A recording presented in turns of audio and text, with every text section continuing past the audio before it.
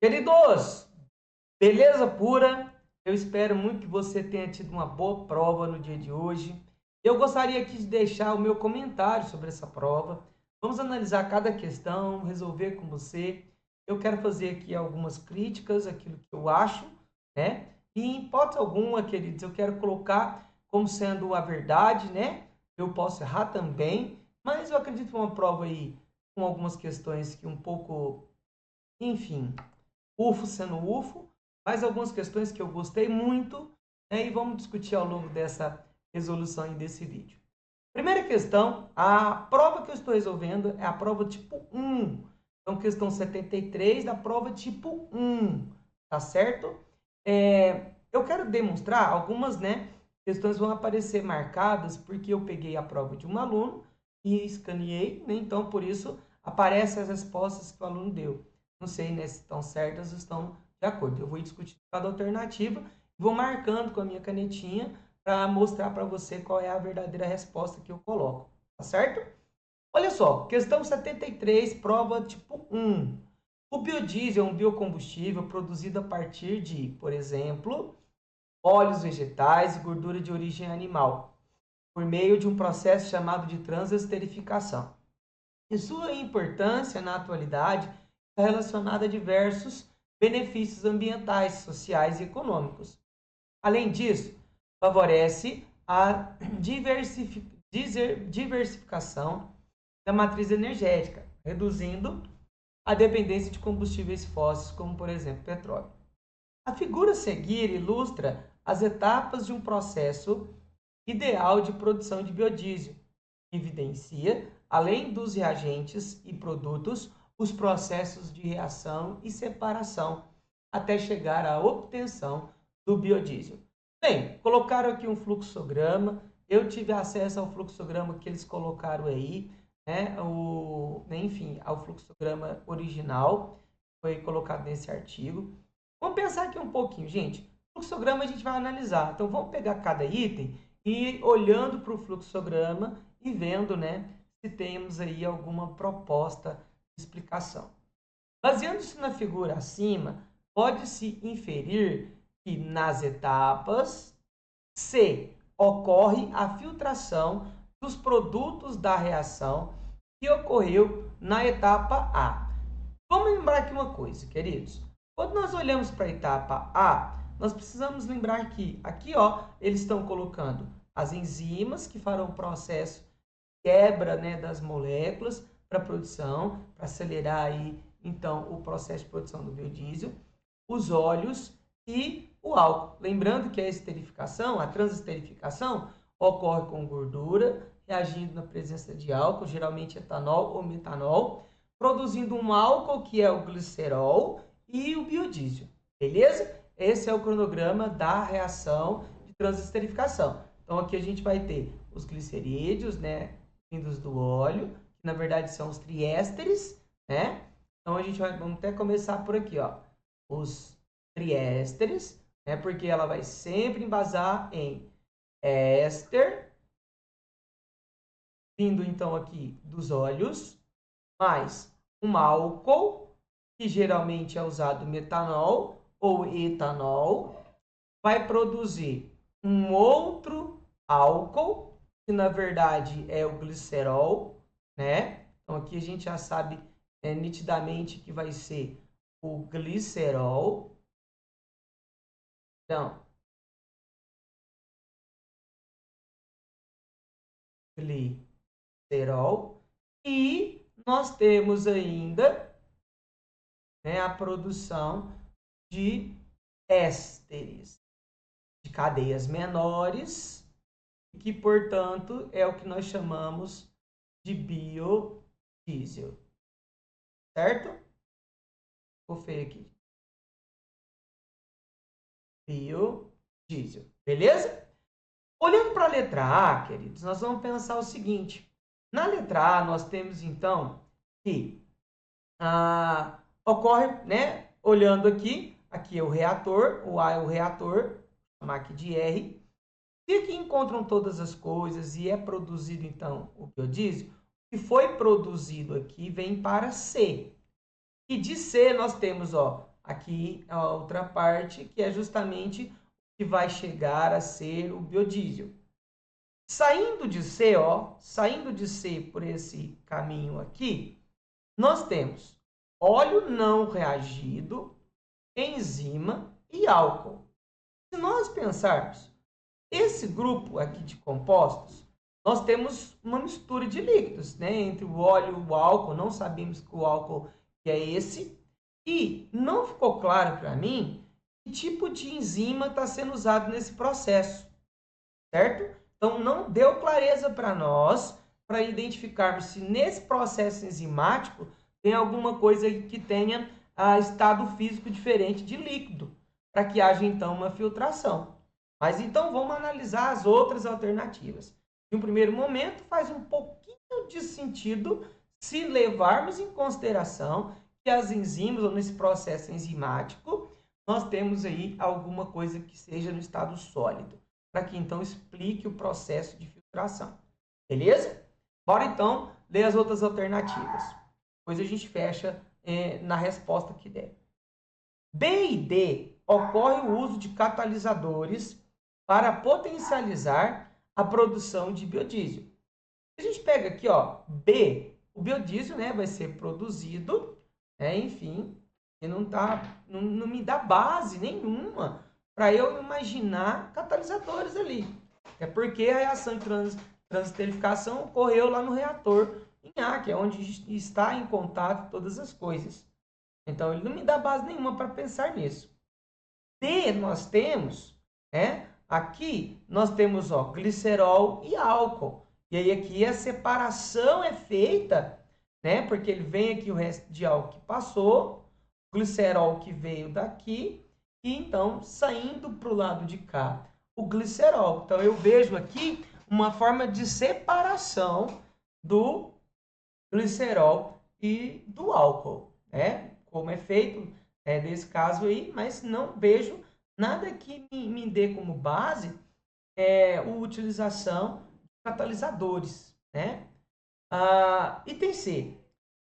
D, ocorre uma reação química que gera álcool e glicerol. A UF sendo UF, né, gente? Aquele tema que eles pegam lá na análise só porque está aparecendo lá glicerol e álcool, então está reagindo os dois, enfim, tentando induzir pelo erro. Isso daqui está totalmente falso, eu vejo que está falso, para mim está falso aqui, eu não vejo nenhuma razão.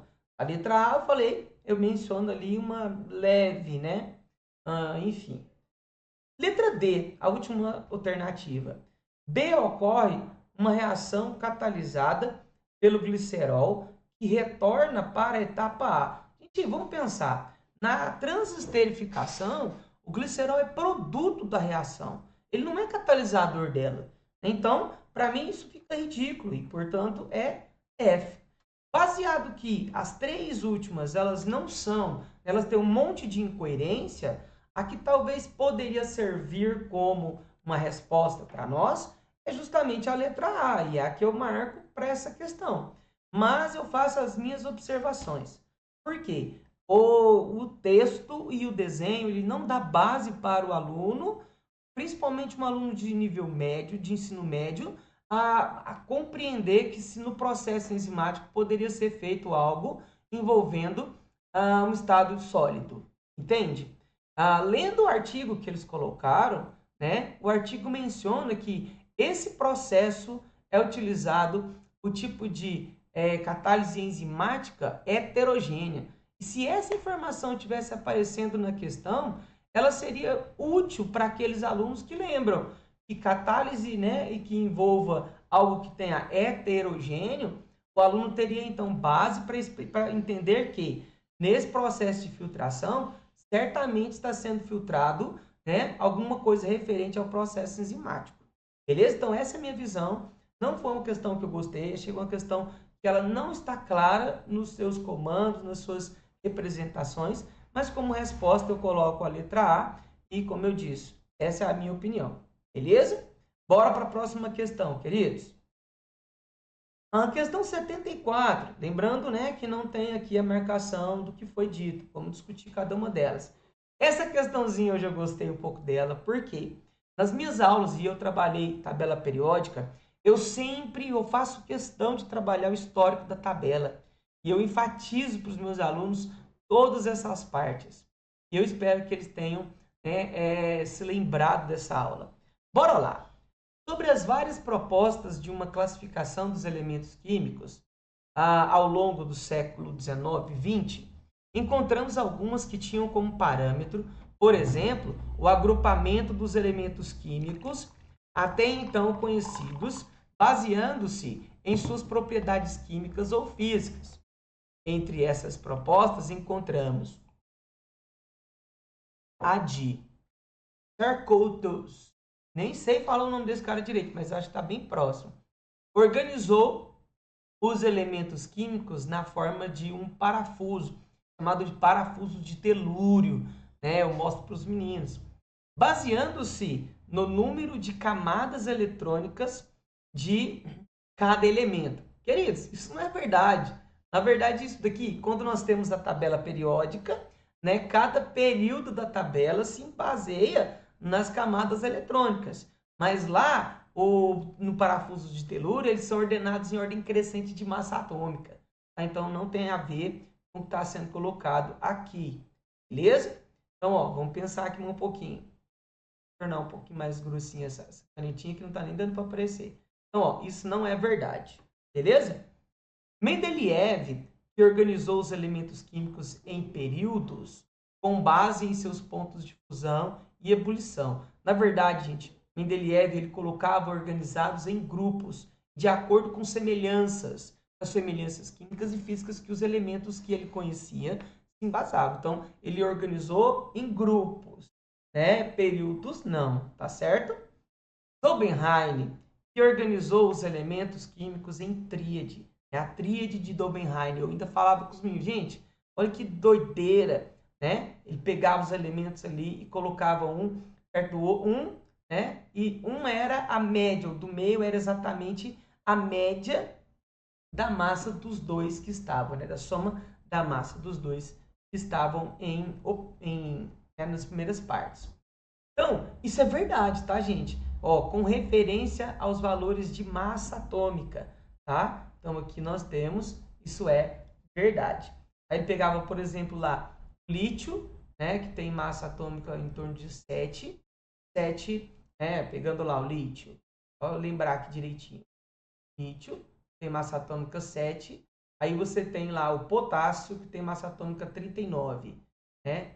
39. Se a gente pegar 39 mais 7 vai dar 46, certo? 46. Dividido por 2, ou seja, a média dos dois, né? Nós vamos ter 23, que é exatamente a massa do sódio. Está aqui, ó, no meio dele, né? Perdão, gente. Organizando aqui direitinho para ficar confuso, né? Mas nós temos o lítio que tem o número atômico 7. Vou pôr aqui, depois eu apago de novo. Ó, nós temos o lítio, que tem uma massa 7. Aí tem o sódio, que é o Na, e o potássio, que é, então, 39. Se nós pegarmos aqui, ó, 37, 7 mais 39 vai dar 46. Dividido por 2, ou seja, a média dos dois, né? Nós vamos ter 23, que é exatamente a massa do sódio. Beleza? Então, isso é o chamado de tríade de Dobenheim. Newland, que organizou os elementos químicos em grupos de 8, de acordo com as valências de cada elemento. Nada a ver. Newland ele foi aquele que organizava de acordo com características químicas mesmo. É o doidão das notas musicais, né? O, ré, mi, fá, sol, lá, si, do, ré, mi. Ele baseava-se nas características. Por exemplo, ele colocava junto, né, em mesmos grupos, nós temos ali o cloro, o flúor, por causa do cheiro, o ardor que dava, certo? Então, isso é o histórico que ele coloca. Então, letra C, eu gostei dessa questão. Ela foi uma questão que eu tenho certeza que muita gente deve ter tido trabalho para chegar a essas conclusões. Ela é bem específica no contexto de tabela periódica, certinho? Mas eu gostei dela e eu espero que os meus alunos tenham lembrado das aulas que eu trabalhei isso. Aí, queridos, apagando aqui, nós temos que a questãozinha, a única de cálculo, né? Eu mencionei até que viria aí uma questãozinha de cálculo e uma questão falando, né, na verdade, é uma diluição. Né? Então, bora ler. Para uma análise química, um estudante necessitava de preparar uma solução de pH 6. No entanto, ele tinha apenas uma solução de 30 ml, cujo pH era de 5. Para obter a solução desejada, esse estudante teve que adicionar na solução original um tanto de água. Lembrando, gente, quando eu falo de pH 6, né, e pH 5 é aquela solução que tem um pH mais ácido, né? pH 6 tem um pH maior, então menos ácido. Então, quando eu pego um pH 5, que a substância está mais ácida, quando eu adiciono água, eu vou mexer na concentração de água a mais, então diminuindo essa concentração e, portanto, o pH vai ser maior, né, o pH 6. Podemos usar aquela regrinha, né, que nós dizemos assim, ó, concentração de H+, é igual a 10 elevado a menos pH. Sempre disse nas minhas aulas com meus alunos, né? Usando isso, nós vamos ter então que na primeira concentração ali, o que ele quer, né? Desejado, o que ele quer, a concentração de H+, tem que estar em 10 elevado a menos 6, certo? Enquanto a outra que ele quer, concentração de H+, tem que ser igual a 10 elevado a menos 5. Beleza? Queridos, olha só. Usando a formulazinha, né, de diluição, nós vamos ter, ó, a substância, a solução antes, né, então vou pegar aqui, ó, 0,03, né, porque, lembrando, vamos trabalhar sempre em litro, né, ao volume em litro, e aí depois a gente faz as conversões necessárias. A concentração vai ser aqui, então, de 10 a menos 5, certo? É a concentração daquela solução que tem maior concentração. Portanto, ela vai ser diluída.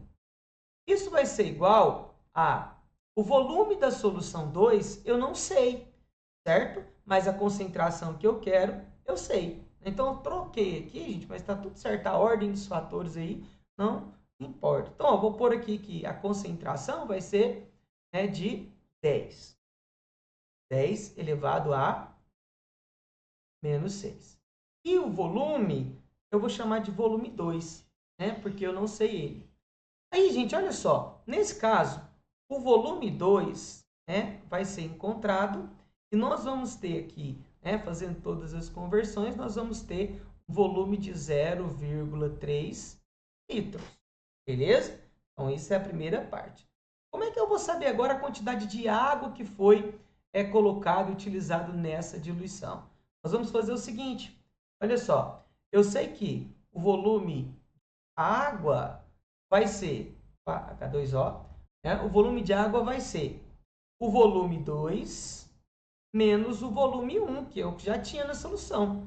Então, ó, o volume de água vai ser igual a...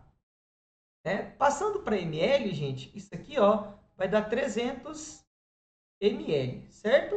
Então, ó, 300 ml menos 30 ml, nós vamos ter que o volume de água é igual a 270 ml.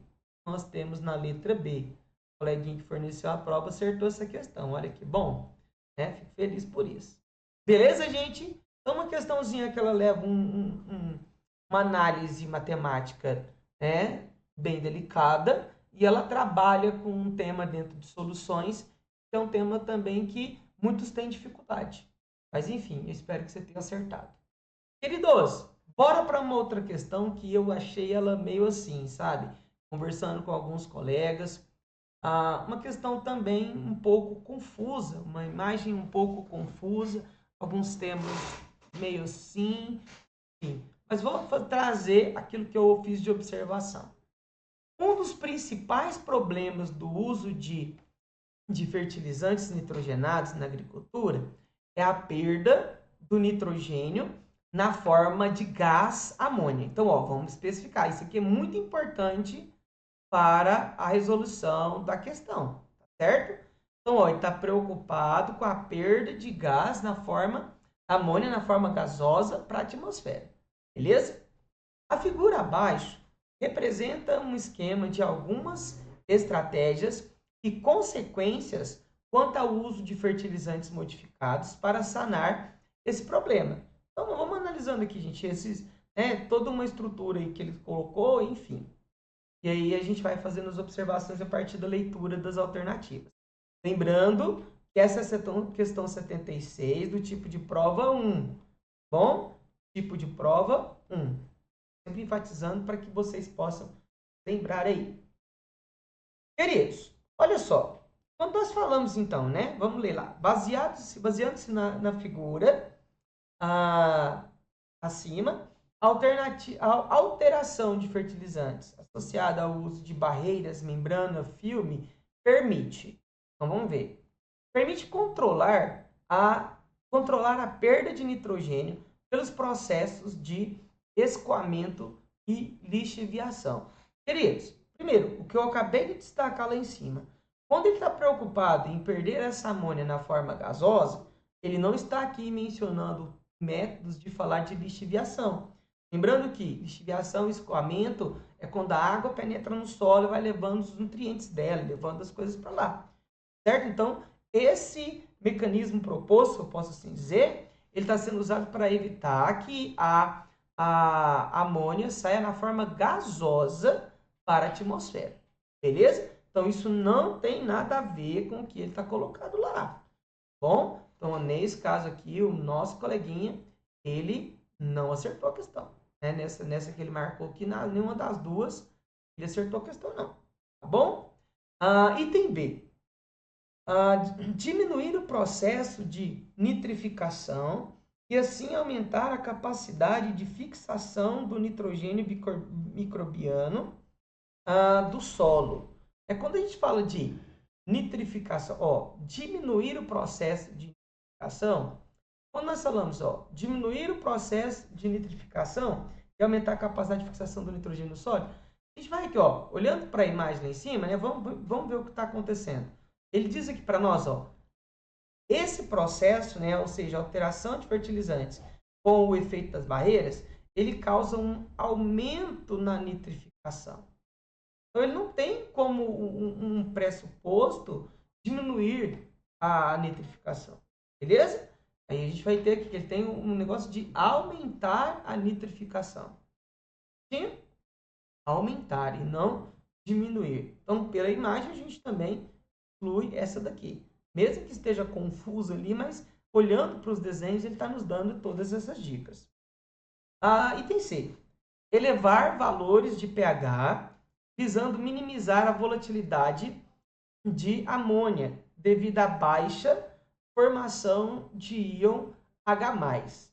Gente, quando nós falamos elevar pH, nós estamos falando, né, de diminuir a concentração de H+. Se a gente olha ali para o esquema, né, se a gente tem aqui, tem uma parte bem aqui importante para a gente pensar, tá? Amônia com o seu íon amônio. Na presença de ácido, ou seja, quanto maior é a quantidade de H+, nós vamos ter amônia se convertendo em íon amônio. E então, né, se o processo causar um aumento, uma elevação de pH, isso vai prejudicar mais ainda. Agora, se nós tivermos uma diminuição do pH, nós vamos favorecer o processo acontecer aqui, no sentido de formar amônio. Porque a amônia mais H+ vai formar o íon amônio, certo? E aí, então, a gente tem, né, toda essa questão. E também no texto, se você olhar, aqui, ele fala reduzir o pH do solo. Então, o método todo, ele causa uma redução do pH do solo. Para que toda amônia que porventura for saindo do solo para a água, ela retome na forma de amônio e participe dos processos de nitrificação e desnitrificação permanecendo no solo, certinho? Então aqui a gente tem, também é falso. E no item D nós vamos ter inibir a atividade da enzima urease, que afeta diretamente o processo de volatilização da amônia no solo. Se a gente olhar aqui para a imagem, nós temos, inibir a atividade da ureia. Não temos aí como saber, ureia bem tanto, a gente está tendo que a ureia faz parte, né, nos fertilizantes. Uma das formas do nitrogênio apresentado nos fertilizantes, certo? Só que seguindo aqui, eles colocam assim, inibe a hidrólise da ureia. A hidrólise da ureia justamente é formada, e eu acredito que ela seja estabelecida pela urease, que está aqui no processo aqui em cima. Então, quando nós temos inibir a atividade da urease, nós não teremos o processo acontecendo de formação de amônio e, consequentemente, vai diminuir a quantidade de amônia e que, então, ela vai para o ar. Então, esse processo ele vai ser eficiente para isso, tá? Então, eu ponho como resposta aqui o item D. Espero que o meu coleguinha que fez aqui tenha deixado o item D lá no gabarito dele, né?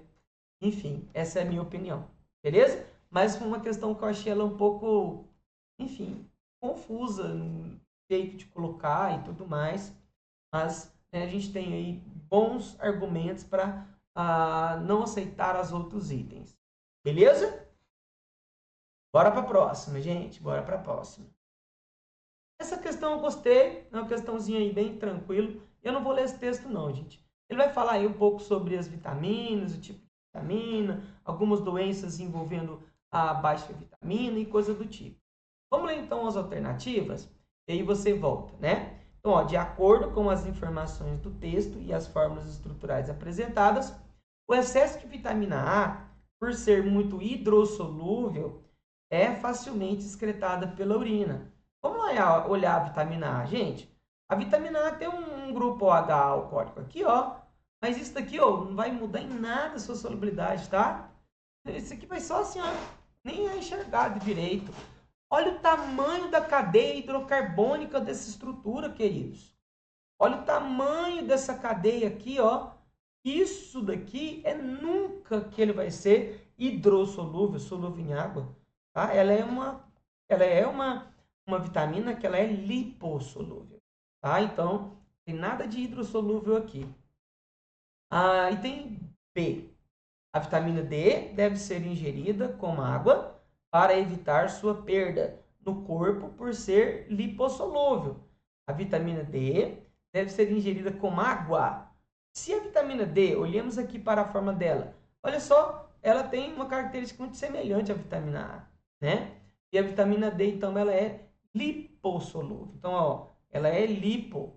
Então, essa é lipo, essa é lipo, essa, né? A vitamina E é lipo e essa é hidro, beleza? Agora, não tem nada a ver, ela não vai solubilizar em água não. Se você pinga umas gotinhas de vitamina D na água, ela vai ficar lá em cima, lá. Dependendo do jeito que você mexer, ela gruda no copo ao redor, assim, e vira uma sujeira só, beleza? C. A administração de vitamina C deve ocorrer de maneira diária e em doses maiores que as outras vitaminas, por ser mais hidrossolúvel. Beleza, tá certo, o coleguinha que acertou também, Então, certíssimo, não tem nem dúvidas. E o item D, a vitamina E combate os radicais livres por ser muito hidrossolúvel. Também não, né, gente? Vitamina D, E não tem nada de hidrossolúvel nisso aqui. Beleza? Então, uma questãozinha que eu gostei, bem tranquilinha, cobrando aí solubilidade de compostos, né, e análise de característica. Trabalhei esse conteúdo com meus alunos, usando inclusive essa foto muito próxima a essa. Eu espero que eles tenham lembrado da nossa aula e tenham acertado essa questão. Bora lá. Bicarbonato de sódio. Na revisão ontem, meu chegadinho, meu brother, cantou essa bola dentro da inorgânica. E aí pensando, falando do bicarbonato, do vinagre, E então, bora lá ler a questão. Lembrando que eu estou falando da questão 78 do tipo de prova 1, beleza? Então, ó, o bicarbonato de sódio e o vinagre são dois ingredientes potentes que, quando misturados, podem ser utilizados de diversas formas, usados separadamente, não são muito eficientes para fins de limpeza. Juntos, eles formam um produto natural e eficaz para esse fim. Combinados com água, esses ingredientes removem manchas, limpam banheiros, pias e aparelhos domésticos.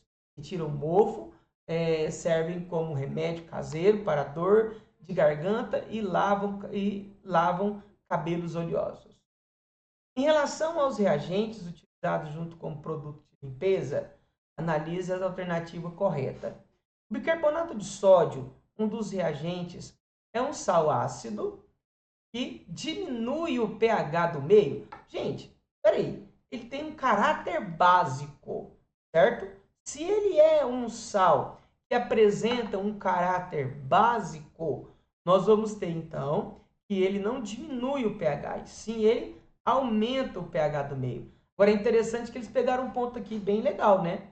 Como classificação, o bicarbonato é considerado um sal ácido porque ele tem um hidrogênio não ionizável, mas ele apresenta um caráter básico porque ele sofre hidrólise, certo? Aumentando o pH do meio, beleza?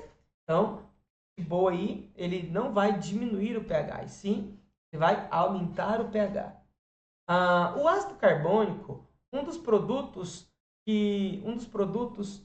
se decompõe em dióxido de carbono e água. Isso é verdade, gente, né? Eu falo isso direto nas minhas aulas também. Eu falo, olha, galera, gás carbônico é um ácido fraco porque se decompõe em gás carbônico e água.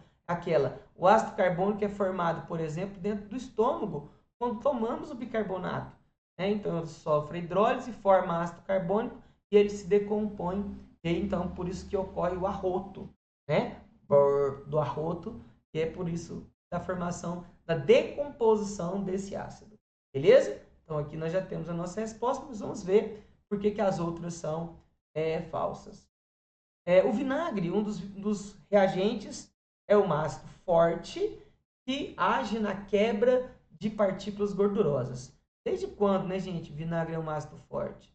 De um modo geral, né, ácidos orgânicos são fracos. Lógico que tem alguns que eles são aí com uma força um pouco maior, mas o vinagre é um ácido fraco, certo? Porque ele ioniza pouco, beleza? A ionização dele é baixa. O bicarbonato de sódio e o vinagre reagem em proporção estequiométrica de 1 para 2. Isso é falso, tá? Por que isso é falso? Porque o vinagre, ele é um monoácido, ele tem apenas um hidrogênio ionizável. E já o bicarbonato, ele vai ter apenas, ele já tem um hidrogênio lá, ele vai simplesmente fazer hidrólise de um hidrogênio para que então ele forme o ácido carbônico e lá a gente tem a formação, né, do ácido carbônico e do acetato de sódio. Beleza? Então, muito bom. Ontem meu brother lá, ele cantou essa bola com os meninos e foi muito legal. Quem estava na aula ontem foi graciado aí por isso. Queridos, questão 79, prova tipo 1. Olha só, prova tipo 1. Eu gostei dessa questão, gente. Amei essa questão, porque foi uma questão bem construída, sabe? Questãozinha de orgânica que mede reconhecimento de grupo funcional, mas ao mesmo tempo eles colocaram uma forma mais criativa de identificar tudo isso, né? Então, ó, ele vai dizer o seguinte, que pesquisadores da Universidade Federal do Paraná desenvolveram um repelente que impede o mosquito fêmea da dengue de reconhecer moléculas exaladas pelos seres humanos, como ácido lático. O repelente criado possui um mecanismo de ação que age tornando essa molécula menos atraente ao mosquito por transformação em suas funções químicas. Sendo possível que a molécula modificada continue interagindo com seus receptores. Segundo eles, algumas funções químicas são importantes para a nova molécula, para que a nova molécula apresente a repelência, como a presença de ésteres e amidas. pela fórmula estrutural do ácido lático, precursor do repelente proposto, apresentada na figura abaixo, o pesquisador ressalva: percebemos a presença de uma carbonila e uma hidroxila fáceis de manipular para amida e éster, respectivamente. O que ele está querendo com isso, né, gente? Considerando as informações apresentadas, a possível fórmula estrutural do produto final proposto é... Quando ele fala, né, de uma carboxila para a formação de uma amida, é porque aqui, a carboxila seria essa parte, né? E ela, ao reagir com uma amina, NH2, ela vai produzir justamente aqui uma amida, certo?